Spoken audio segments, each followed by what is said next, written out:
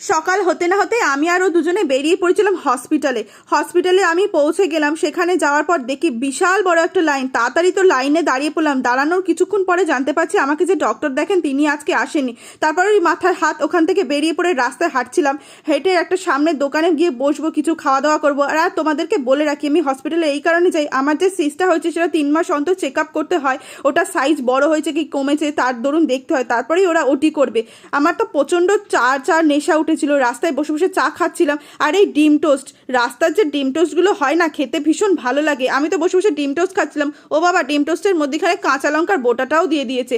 ডিম টোস্টটা খেতে যা ভালো হয়েছিল না। তারপর প্রচণ্ড গরম পড়েছিল বাইকে ওঠার পর। তাড়াতাড়ি তো বাড়ি ফিরে শ্বশুরবাড়িতে এসে খাওয়া দাওয়া করছিলাম। শাশুড়ি মা গরম গরম চিকেন, শুক্তো, চাটনি, পাঁপড় এত কিছু রান্না করে রেখেছিল। হসপিটাল থেকে ফেরার পর এত খাওয়া দাওয়া যদি পাই তাহলে কে না সুস্থ হয়ে যাবে বলো। অসুস্থ তো আর মনেই হয় না। সবাই মিলে খাওয়া দাওয়া হয়ে গেল। আজকের মতো টাটা।